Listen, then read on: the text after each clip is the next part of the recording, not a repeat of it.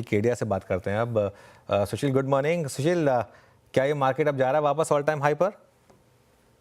जाएगा जरूर, पर उसके पहले एक बार फिर से तड़पाएगा, एक बार फिर से तरसाएगा। आकस्मिक करेक्शन आजकल के अंदर बनना शुरू हो जाएगा अचानक से।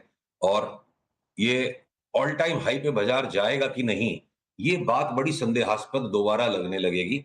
जयकुमार जी को भी मैं सुन रहा था, जीवन में मेरे पहले बॉस है, सबसे पहली नौकरी मैंने उनके पास की 1994 में। उनके मुंह से एक बात सुनी थी जो अभी उनको याद है कि नहीं मुझे पता नहीं। वहां पे भी इस तरह एकदम पैनिक मचने के बाद बाजार ऊपर चढ़ना शुरू हुआ था और उन्होंने एक बात सिखाई थी मुझे। जो पहला मूव आता है किसी बुल मार्केट का, वो मूव ऑफ डिसबिलीफ होता है। तो जो करेक्शन अब सेट इन होने का मुझे डर लग रहा है आजकल में, उस करेक्शन में चारों तरफ वापस ये ज्ञान फैल जाएगा कि ये तो नकली रैली थी। और उसके बाद अगर निफ्टी ने हायर बॉटम बना दिया 23,700-800 का, तो हम उसमें बड़ी तेजी का दांव दोबारा लगाएंगे। और बैंक निफ्टी की चार्ट अगर मैं आपको दिखा सकूं, देखिए 23,700 तक का तो पुल बैक बैंक निफ्टी में आ जाए, अगर किसी तरह चार्ट दिख रही है स्क्रीन पे, तो ये तो मतलब लगता है इतना तो करेक्शन होना मार्केट का जन्मसिद्ध अधिकार है भाई। घट बढ़ के ही बाजार चलेंगे। और साथ में बैंक निफ्टी की चार्ट आप देखो, अगर ये बैंक निफ्टी की चार्ट की आपको मैं एक सिंपल सिंपल एनालिसिस दूं, ये जो नीचे से मूव निकली है ना, यहाँ पे बैंक निफ्टी का बॉटम फाइनल नहीं लगता है। ये मुझे इर्रेगुलर ए, इर्रेगुलर बी और सी लगता है। कोई बड़ी बात नहीं है कि निफ्टी 23,700 के नीचे नहीं जाए और बैंक निफ्टी क्या पता वापस 49,500 तक भी धक्का खा जाए। हो सकता है उतना धक्का नहीं भी खाए और 51,000 एक एक तलहटी बनती 51,000 तोड़ देगा तो 49,500 एक करेक्शन वापस दिखता है बाजार में, जिसके बाद बहुत बड़ी चाल जो हमने बात करी थी शुरू हो चुकी है, वो रिज्यूम हो जाएगी। ओके। तो अब इसमें सवाल ये है कि फिर रिटेल क्या करे, मतलब इस करेक्शन के लिए पहले प्ले करे या फिर वो लार्जर टाइम फ्रेम में ऑल टाइम हाई के लिए प्ले करे, खासतौर से स्टॉक स्पेसिफिक? बढ़िया और बहुत खूबसूरत सवाल है अनुज। देखिए, बाजार में हर वक्त हर तरह के व्यक्ति के लिए अलग-अलग सही चीजें हैं। मैं एक उदाहरण के साथ बात करूंगा आपके सवाल को एक्सप्लेन करने में। उसमें 2-3 तरह के स्टॉक्स पे बताऊंगा। ज़ाइडस हेल्थ केयर, यानी जिसका नाम पहले कैडिला होता था, ज़ाइडस लाइफ साइंसेज। इसमें जो चार्ट पे नया ब्रेकआउट का पॉइंट आया है, अगर पीसीआर फिर से दोबारा प्लीज मेरी स्क्रीन को दिखाएं, तो बात चार्ट से अच्छी समझ में आएगी। ये जो ब्रेकआउट अब ज़ाइडस में आया, रिवर्सल पैटर्न देकर हमें यहाँ से 75% तक की तेजी का कॉल हमने कल अपने क्लाइंट्स को एक्सप्लेन किया। तो ये लार्जर टाइम फ्रेम में 6 महीने के व्यू पे, 4 से 6 महीने के व्यू पे 75% की चाल वाले पैटर्न जहां ट्रिगर हो रहे हैं, irrespective of Nifty and bank Nifty के करेक्शन, हम इनमें बाइंग को कंटिन्यू करेंगे।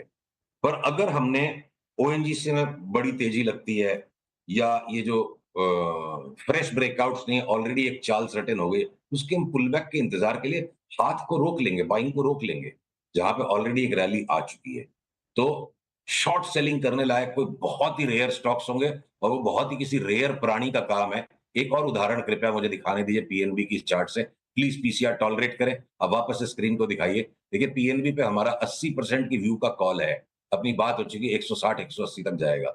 पर उसके पहले अगर ये 109-10 जाए बिना वापस 86 87 आ जाता है, और जिनका हाथ मंझा हुआ है और जो सारे दिन ट्रेडिंग करने के लिए क्वालिफाइड है, वो 20% की मंदी पीएनबी में खाने की कोशिश करे, तो वो ट्रेडिंग करने का मंदी का कॉल हो सकता है। मैक्सिमम लोगों को अब यहाँ पर जो इन्वेस्टर टाइप के लोग हैं, अगले पुलबैक में कोई इस तरह का पुलबैक आ जाता है, पीएनबी में 20% घट जाए, तो बोलूंगा दोनों हाथ से मार ले। तो दोनों अलग तरह के लोगों के लिए दो तरह का व्यापार है। ओके। मीनवाइल निफ्टी ने अब आज क्या क्रॉस किया? महाराष्ट्र इलेक्शन के वर्डिक्ट के दिन का हाई क्रॉस किया और अब 24,380 बस, और 20-25 पॉइंट बचे हैं। 24,400 क्रॉस होगा तो वो बड़ी वाली शॉर्ट कवरिंग जो 24,500-600 तक भी शायद इसको ले जाए। हमने सुबह सुबह जिसकी बात भी की थी, और वो देखिए क्या सही मार्केट ने वहीं से उस ट्रेड को जो इनिशिएट हुई थी कि बस एक 20-25 पॉइंट का स्टॉप रहेगा आपका और यहाँ से एक लॉन्ग में अच्छी पैसे बनेंगे। सुशील, एक चीज़ है, ये जो नए एफ एंड ओ इंक्लूजन्स हुए, इनमें से कोई चार्ट देखे क्या आपने? टाटा एलेक्सी, केपीआईटी, सीएससी, यस बैंक, इनमें से कोई चार्ट देखे क्या? सब में बहुत शानदार मोमेंटम है।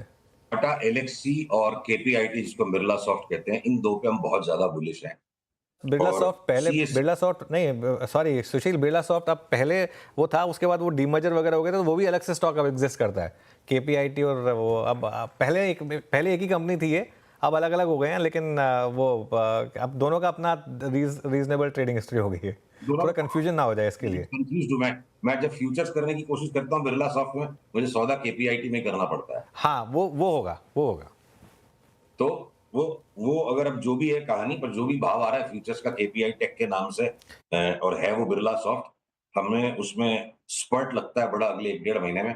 और टाटा एलेक्सी तो मेरे को लगता है हम लेके बैठ जाएंगे, 3 साल तक बेचेंगे नहीं स्टॉक।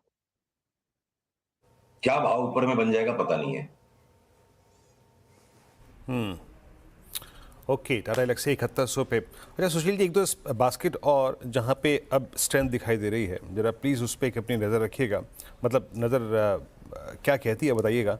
ऑटो स्पेस में चाहे वो टीवीएस मोटर्स हो, आप 2570 पे ट्रेड करता हुआ, एम टाटा मोटर्स, हालांकि टाटा मोटर्स पे आपका शॉर्ट व्यू था पहले, मारुति ओवरसोल्ड ट्रेजेक्ट्री में, ऑटो पे क्या व्यू रख रहे हैं आप इस वक्त?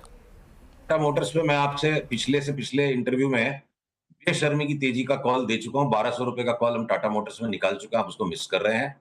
और टीवीएस मोटर्स की देखिए चार्ट मेरे स्क्रीन पे, करेक्शन होने के बाद अब इसने भी वापस रिवर्सल ब्रेकआउट दे दिया। ये भी हो सकता है 3000 की तरफ चलना शुरू हो जाए। और महिंद्रा एंड महिंद्रा पे हम भयंकर बुलिशनेस के साथ काफी टाइम से बैठे हुए हैं। तो महिंद्रा एंड महिंद्रा जो भी करेक्शन आ जाए बाजार का, इसमें इसको बेचना ही नहीं है। तो अब ऑटो के ये तीनों स्टॉक्स के मेरे आंसर आपको मैंने दे दिए। ओके सुशील जी, कोई और आइडिया, टेक्निकल आइडिया जो स्टॉक मेरे जहन में ना हो लेकिन आपको लगता है कि यहाँ से अच्छी तेजी के लिए तैयार हो, या फिर कोई शॉर्ट कॉल आपकी? देखिए आइडिया सारे के सारे वही हैं, 5 से 7 दिन में उतना फर्क पड़ेगा नहीं। जो मीडियम टू लॉन्ग टर्म हमारे सारे कॉल्स इंटैक्ट हैं। और जस्ट बिकॉज निफ्टी ने 1300-1400 पॉइंट की नीचे से रैली दे दी अब, और उसके बाद अगर 500-600 पॉइंट करेक्शन देगी, तो मेरा मीडियम टर्म या लॉन्ग टर्म रिकमेंडेशन और या एग्जीक्यूशन स्ट्रेटेजी आउटलुक चेंज नहीं होगा। जिनमें हमें बहुत बड़ी चाल दिखती है उनको हम थोड़ा पुल बैक में और ऐड करने के लिए रुकेंगे। और बहुत ही कोई एग्रेसिव ट्रेडर्स है, फुल टाइमर्स, उनके लिए पीएनबी जैसे स्टॉक में मान लीजिए कोई 7-8 दिन का, 9 दिन का कोई शॉर्ट ट्रेड आ जाए तो आ जाए। बाकी स्ट्रेटजी और सिलेक्शन ऑफ स्टॉक्स बिल्कुल वही बरकरार है। अगर 23,200 दोबारा जाना है निफ्टी को, या 23,700 से ही जाना है, हमने 27,000 के कार्यक्रम पर ऑलरेडी काम करना शुरू कर दिया। वही सेक्टर्स का चुनाव है और उन्हीं स्टॉक्स का चुनाव है। थोड़ी बहुत मतलब 2 कदम आगे चल के 1 कदम अगर बाजार पीछे हटेगा, तो हमारी मंजिल भी चेंज नहीं होगी और हमारी रफ्तार भी चेंज नहीं होगी। मंजिल वही रहेगी, फासला वही रहेगा, सिर्फ चलने का अंदाज बदलेगा। ओके सुशील जी, बहुत बहुत शुक्रिया आप इस कार्यक्रम में शामिल हुए, सभी स्टॉक्स पे इंडस्ट्रीज पे आया रखे आपने, बहुत बहुत शुक्रिया। अब एक काम करते हैं, निफ्टी को एक बार लिखे आइए स्क्रीन पे। Nifty as a day high, markets at day high, Nifty bank दोनों ही इंडस्ट्रीज, निफ्टी करीब 103 अंकों पर 24,380, निफ्टी बैंक करीब 52,584, निफ्टी बैंक उस गैप को ऑलमोस्ट फिल करता हुआ 500 अंकों पर, और निफ्टी आईटी लगभग 113 अंकों पर। एक ब्रेक, और ब्रेक के बाद मैं और कंचन शुरुआत करेंगे ट्रेडर्स हॉटलाइन की। आपके कोई प्रश्न हो आप पूछिए ज़रूर इस कार्यक्रम में। एक छोटे से विलंब के बाद, ब्रेक के बाद जुड़ते हैं ट्रेडर्स हॉटलाइन लेकर।